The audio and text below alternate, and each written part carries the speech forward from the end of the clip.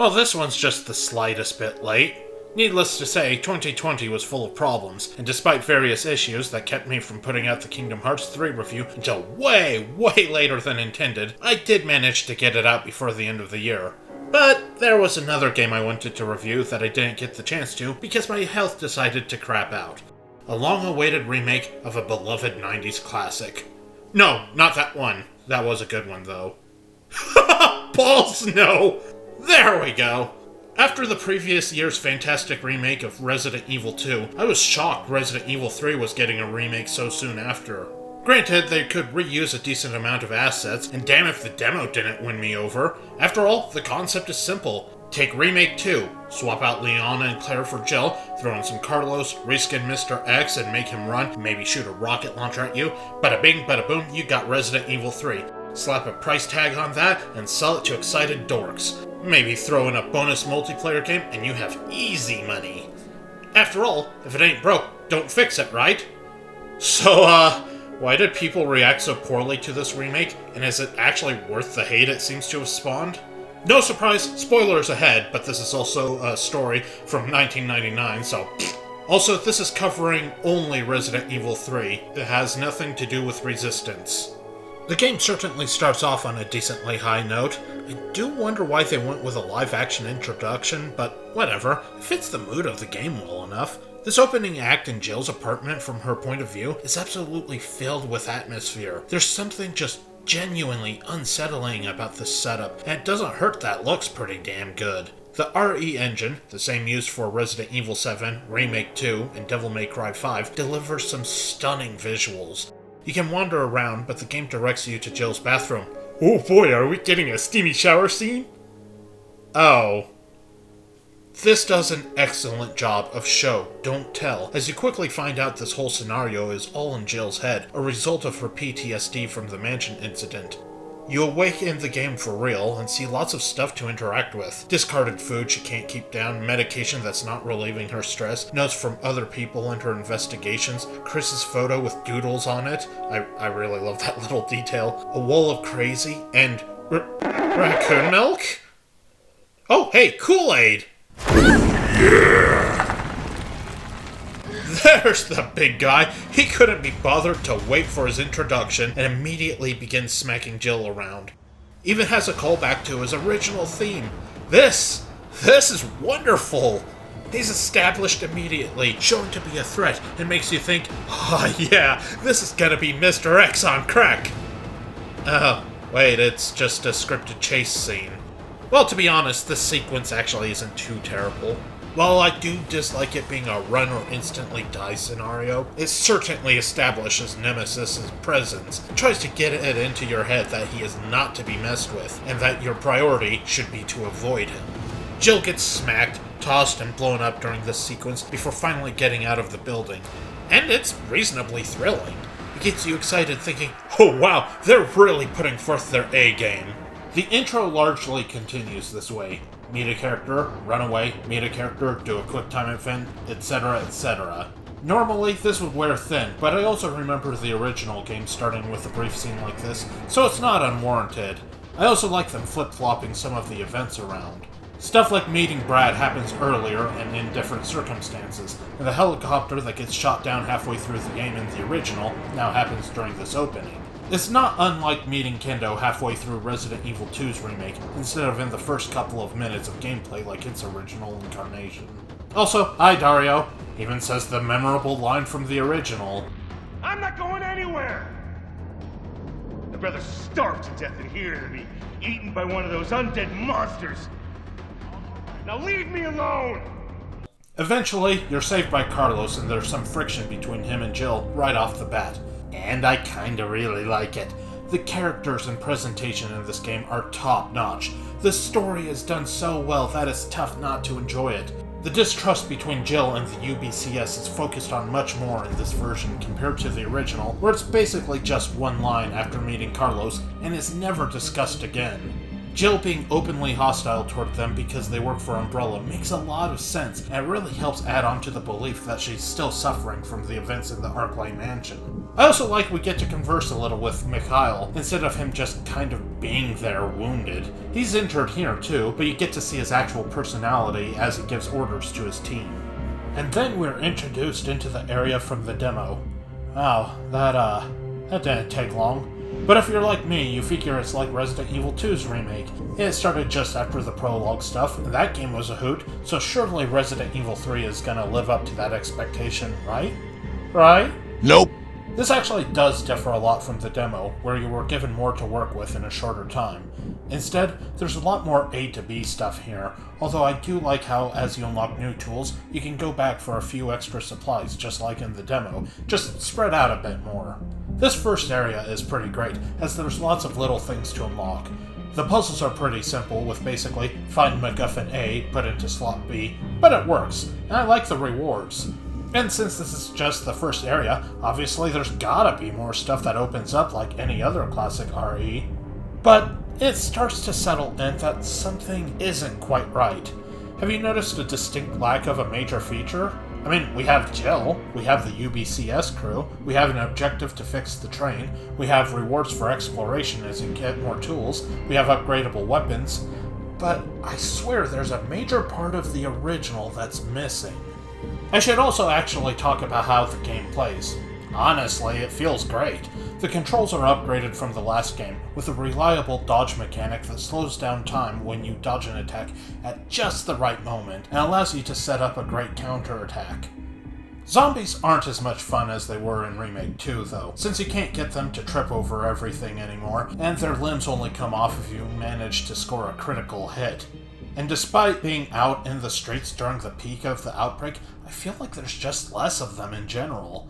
The emergency escape items have also been excised, but I imagine that's because they'd be comically overpowered in conjunction with the dodge.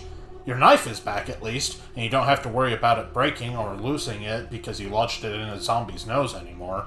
Jill is also noticeably more durable, and while the escape items are gone, she can lessen damage by mashing a button when a zombie does decide to take a sample taste of her neck.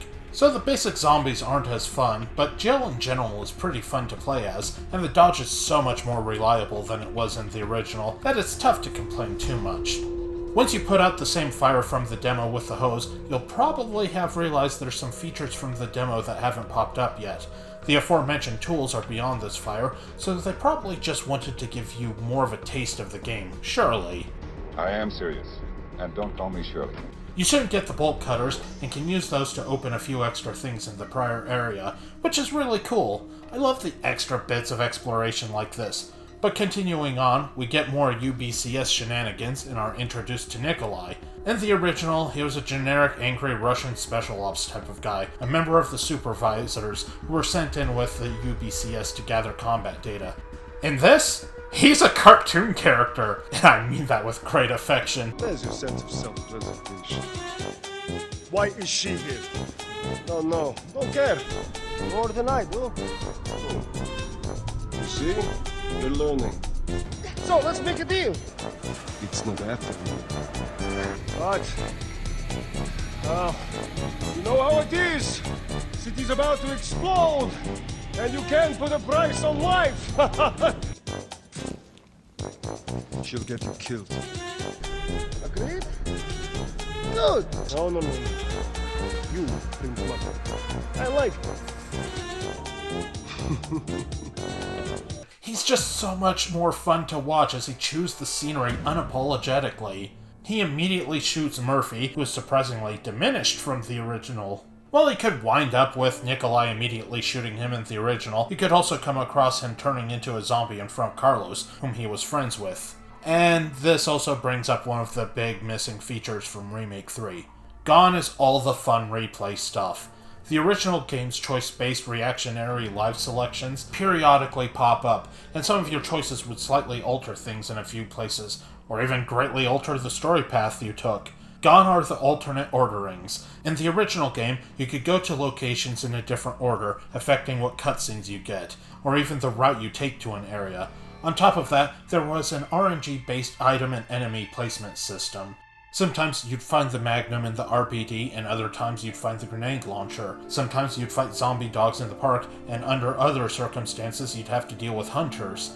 This made the original game so replayable. It was little touches like this that made it absolutely memorable, on top of being hunted by a relentless nemesis. And it's all gone in this remake. To its credit, playing on higher difficulties does at least change enemy arrangement, but this game is just by far so much less replayable because of these baffling decisions. And now you're probably starting to see what's wrong with this game. The lack of alternate paths, no RNG items or enemies, no choices. Even the area from the demo was much more straightforward. You can't even backtrack to check on Dario like you could in the original, which resulted in you finding him dead and being able to read his diary. You follow a direct linear path that takes you to the power plant. It's pretty different from the original, but it is honestly a welcome change in my opinion thanks to the Drain Deimos. They're more memorable here, as instead of just being a kind of annoying grabby bug, they're now annoying grabby bugs that infect you with a time-based instant kill parasite that can only be gotten rid of by scarfing a green herb and barfing them out. And I'm pretty sure said grab is someone's fetish, given how these guys are introduced.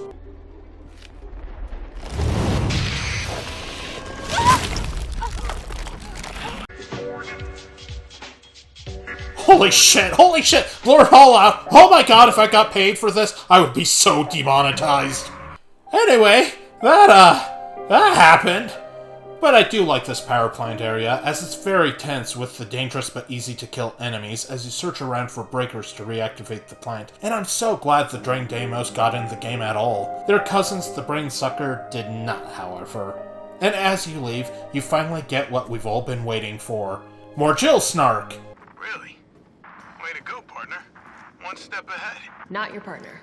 Oh, and also, Nemesis finally chases you. And this part is almost amazing. But there's two problems here. The first being that there's nothing to really do if you've already gone back with the bolt cutters and lockpick to get the other goodies. The other is that Nemesis is considerably less fun to pick on than Mr. X ever was. While him chasing you is thrilling, especially with the ability to dip and dive through his attacks with the new dodge ability, he sticks to you much more than Mr. X, and he always seems to know where Jill is, instead of it being an intense game of cat and mouse. Not to mention, he's made of paper. He is comically easy to down even compared to Mr. X, and especially to his original incarnation. Still, this is a pretty exciting little bit. You've also probably realized by now that Nemesis only chases you when the story demands it. Yeah, he was scripted in the original, but it felt like he was pursuing you constantly, and given how perfectly done Mr. X was in Remake 2, Nemesis lacks the heart-pounding excitement when you're trying to avoid him. You get the path plotted for the train and head back. Oh, also there's some new NE parasite zombies infected by Nemesis. They're not particularly interesting and are more annoying than dangerous. You get more excellent acting and characterization, and wind up on a linear path being chased by Nemesis again, while the UBCS puts the finishing touches on the train. Jill even utters her famous line from the end of the original. Come on, you creepy-ass stalker! You want stars? I'll give you... Ah! Ah! This brief chase isn't actually that bad, but it feels like a less impressive version of Ada being chased by Mr. X in the last game. And this is followed by a linear level. A sewer level. A linear sewer level. This is where the game's linearity becomes obnoxious. The sewers aren't even that bad of an area, and I like the redone Hunter Gammas, which seem mixed with the original game's Gravedigger, for how unsettling they are, not to mention their terrifying instant kill attack, but it doesn't make you feel any better when you realize this straight line is followed by another straight line, followed by the first area again, but it's also a straight line. It's so shocking that they chose to make this game such a straightforward affair when the original game allowed for so much gameplay diversity, and is even more disappointing considering how much exploration both Remake 2 and RE7 allowed. It's not that there isn't the occasional side room with an extra item pouch or ammo, but it's just lacking in every regard. But on the plus side, the first boss is pretty solid. There's a lame chase scene that precedes it, though it does look fantastic as a flamethrower-wielding Nemi begins burning down a building, an obvious homage to the newspaper office in the original. And the fight against him is really fun, what with him having some unique different phases, the roof becoming covered more in fire as it wages on. Too bad it's followed by another goddamn chase scene! We then get Nikolai screwing Jill over, the civilians all getting wasted, making the train repairs practically pointless, and Mikhail being a badass. Get off my train, shitbird! The character switch from Jill to Carlos happens shortly after, much earlier in the plot than the original, but it's not a bad thing. And it's the RPD. To the game's credit, the story stuff here is fantastic, as mentioned before. Carlos is ridiculously likable. I'm not gonna die on you, leave you in a cold, cruel, Carlosless world. I also like that we get to see the disturbing incident that leads to Marvin's infection in Remake 2. Sorry.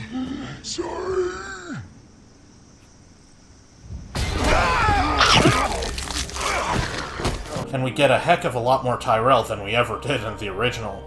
He seems to largely take over Murphy's original role and expand on it, as he and Carlos bounce off each other like they've been friends for years. I just wish the gameplay had as much effort as the story and characters did. We're introduced to a new character here as well, Dr. Goddamn Nathaniel Bard.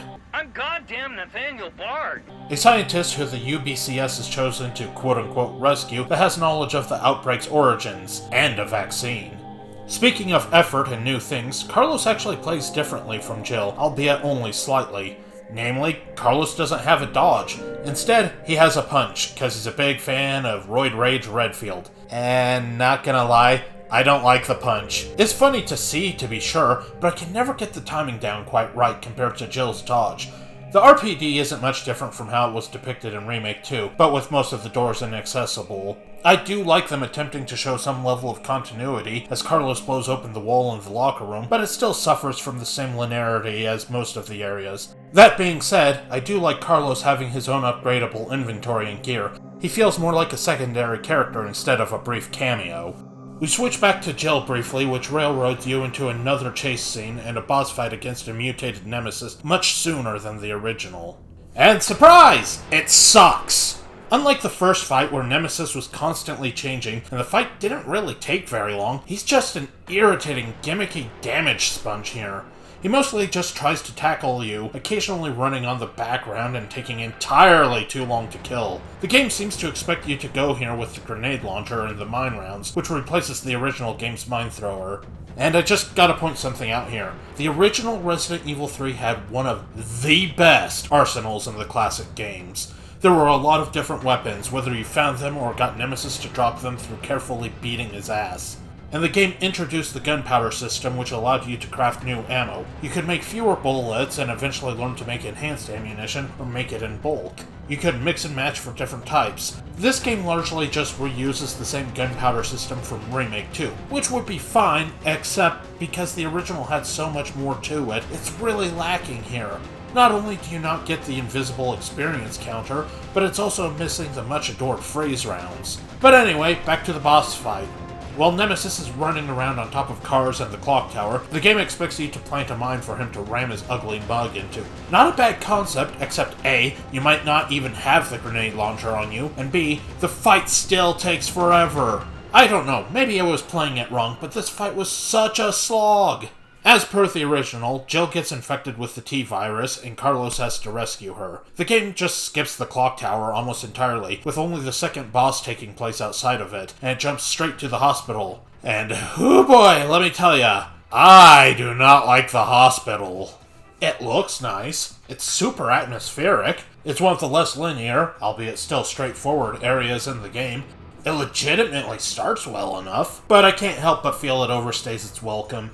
In the original, the hospital was a very brief but memorable area, and was the only part you played as Carlos. And I like him having an expanded role in this version, but I really just don't like this hospital. In the original, you were introduced to the Hunter Betas here, and they were less threatening than the Hunters from the very first game. They were still dangerous, but you had an assault rifle, a dodge button that sometimes worked, and team spirit. You could pretty easily mow them down if you played well, and you weren't in the hospital for very long. But now? Now the Hunter Betas suck. Okay, I know this is probably just a me thing, as I'm aware a lot of people can stunlock these little bastards to death with Carlos's punch, but almost every time I tried that, I got insta-killed instead. Oh yeah, did I mention that? The hunters can do their instant kill jump slash whenever the hell they feel like it now. They still broadcast it beforehand, but I had the hardest time reacting to it on the normal difficulty, and you're not going to be able to stun these stubbornly armored little shits with just gunfire. Your best bet is to hopefully have enough grenades to deal with a few of them. Anyway, more shenanigans ensue. Goddamn Nathaniel Bard is dead because he encountered a Saturday morning cartoon villain. Carlos finds out that Umbrella really was behind everything, and appreciates Jill having eventually trusted him despite it, and gets the vaccine to her. Tyrell pops up to not really be much help, and you get to play a swarm mode where you protect Jill from zombies trying to knock over discarded luggage to get into the safe room. No, that's not a joke. That's actually a thing that happens.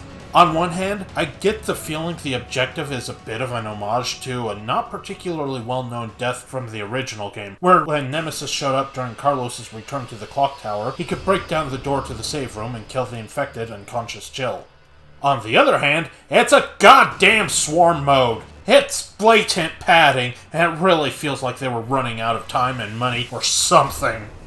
You get a really great, chilling cutscene that once again depicts Jill in an unstable way as she gets attacked by an infected Carlos, which does turn out to be a dream, but it's such a genuinely awesome scene that I can't help but love it. The focus on her being shaken from the events of the mansion incident and her waning will in this title are so well done. Seriously, why couldn't the actual game be as good as the story and characters? You're now back in control as Jill and can explore the hospital for gear and goodies again. And unlike Carlos, Jill has a shotgun that the hunters really don't like being hit with. And I kinda like the idea of going through here and opening doors that Carlos couldn't, getting a few more pickups as an optional thing.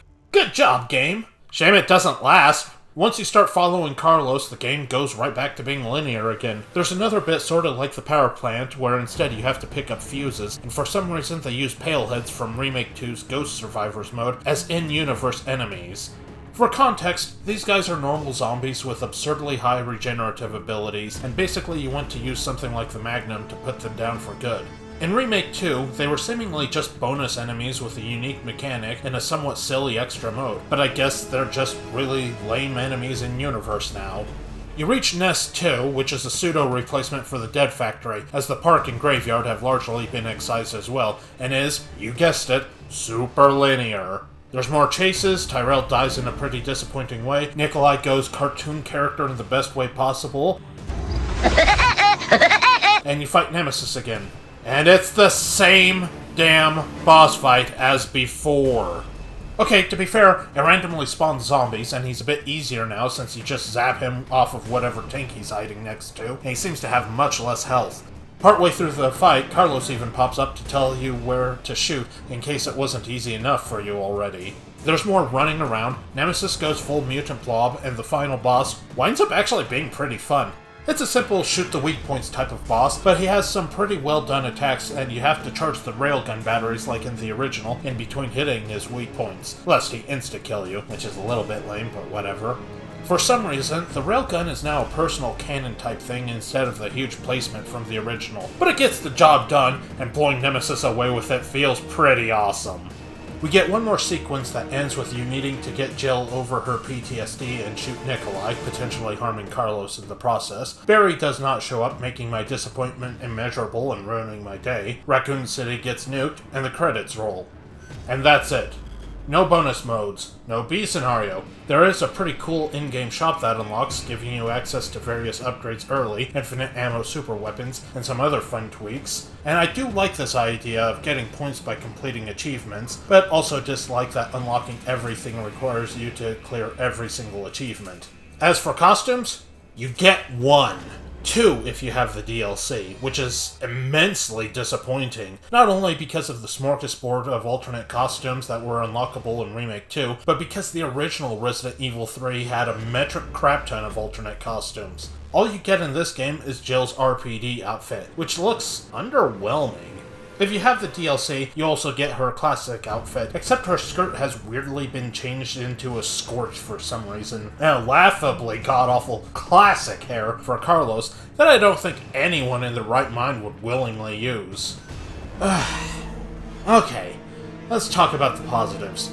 First, the game obviously looks great. The RE engine is an absurdly sexy beast and provides some amazing visuals that make me wish I could record HDR footage for you. The music is phenomenal, with so many redone favorites and plenty of great new tracks. The voice acting and motion capture is stellar, and I love the characters and how they're written. Presentation is absolutely through the roof. That initial part of the city streets is pretty well made, and I like the rewards for exploring. The core gameplay is solid and fun, and I do enjoy that first boss fight. Now the negatives. The game is painfully annoying in its lack of freedom, constantly putting you on a single set course no matter what. It's not remotely scary once you realize how scripted Nemesis is, not to mention how much of a boring pissant he is now. While the bonus shop is cool, the lack of alternate paths, costumes, epilogues, or other interesting unlockables absolutely murder the replay value. So yes, my verdict is not a very positive one. Resident Evil 3's remake isn't strictly a bad game, but it's far from a good one. This game is very much worth the majority of hate it gets, and I can't really recommend it unless you want a super straightforward, occasionally annoying zombie shooter. As a remake of the original, it's just lacking so much of the brilliance the original PS1 title had due to cutting the alternate routes and the subtle RNG elements. As a follow to Remake 2, it's laughably underwhelming, with Nemesis being much less of a horrifying threat than Mr. X, and the content being so painfully anemic. As a standalone title, it's an afternoon romp with some baffling design choices. The bonus gear you can unlock is fun, but it's hardly a replacement for the cut gameplay the original offered. It's not the worst remake of 2020, but it's still a huge faceplant. The hopes I had were so thoroughly crushed that I'm genuinely upset at what a farce it was. This was just so painfully undercooked. It was fucking raw! I feel like I stole that gag from a far more competent, funnier YouTuber. I was really looking forward to this when it was announced, and was even more enticed by learning it had been in develop alongside Remake 2. It's such a bummer to know it just wound up being meh. And it got me thinking about what a Code Veronica remake could be like. Because while I loved the original trilogy, I've always thought Code Veronica was sort of god-awful. And in the right hands, a remake could really make me see it differently. So despite this being disappointing, I have hopes they can do a good job with the next one. Who the fuck asked for a Resident Evil 4 remake? Thank you guys so much for watching, and sorry this review has taken me so damn long to get to, between my illnesses last year and my sheer laziness this year. Agree? Disagree? Please agree with my review and disagree with my being lazy. I need the ego boost. In the meantime, if you want some more Resident Evil goodness, check out my review of Resident Evil 2 Remake. Or maybe you want to see my horrible playthrough of the original Resident Evil 3, complete with even worse audio mixing than nowadays and Comic Sans on the thumbnails. Or if you want something a bit more fun, check out Shad's and my co-op playthrough of Resident Evil 6 for a good laugh. Or if you'd rather get the spoops, watch Shad's laugh at me for being a totally scared bitch in our Resident Evil 7 playthrough.